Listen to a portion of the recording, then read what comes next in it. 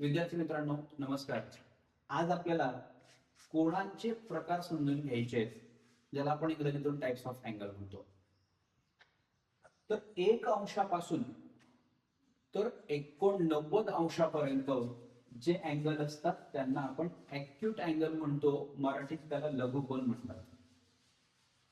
90 अंशाचा जो कोन असेल त्याला आपण राईट अँगल म्हणतो.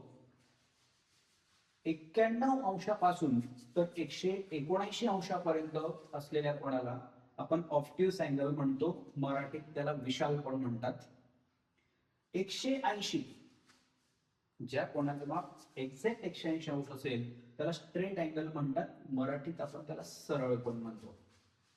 त्यानंतर 181 अंशापासून तर 359 अंशापर्यंत प्रत्येक कोणाला आपण रिफ्लेक्स अँगल म्हणतो. मराठीत त्याला प्रविशाल कोन म्हणतात. आणि 360 अंशाचा जर कोन असेल तर त्याला कंप्लीट अँगल म्हणतात आणि मराठीमध्ये त्याला पूर्ण कोन म्हणतात. पण याच्यात तुम्हाला मी हे सगळे कोन थोडक्यात लक्षात आणून देतो.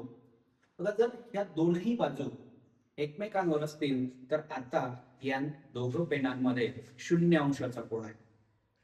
त्यानंतर ते वरती जातील तसतसा हा लघुकोन होतोय आणि जोपर्यंत हे सरळ येत आहे हा आता काटकोन तयार झालेला आहे. आता पुढे 90 अंशानंतर हे विशाल कोन तयार होत आहेत आणि हे दोन्ही पेन जेव्हा सरळ येतील तेव्हा हा 180 अंशाचा सरळ कोन तयार झालाय.